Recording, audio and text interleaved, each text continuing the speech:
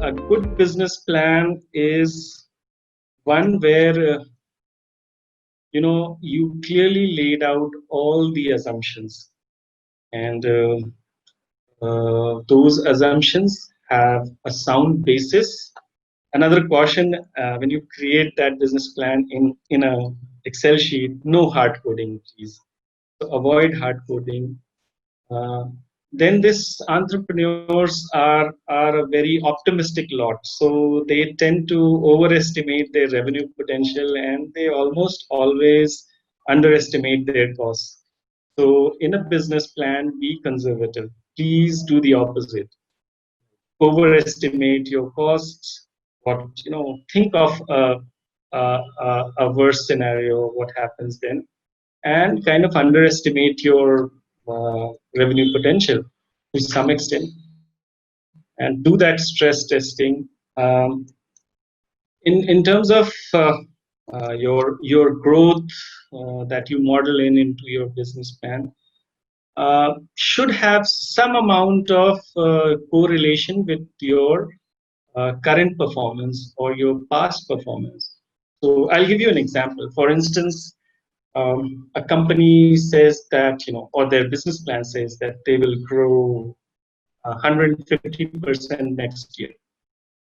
And if you look at the data past past year, they have just grown 20%. So I'm not saying this is not possible, but give the logic why you feel you'll grow at 150%.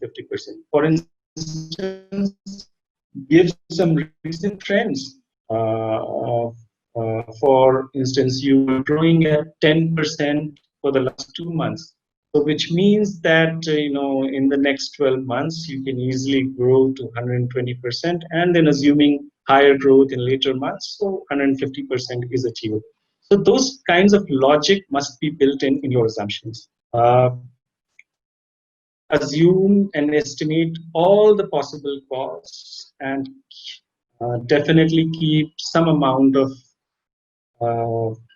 cash for marketing, because this is an area which most entrepreneurs overlook.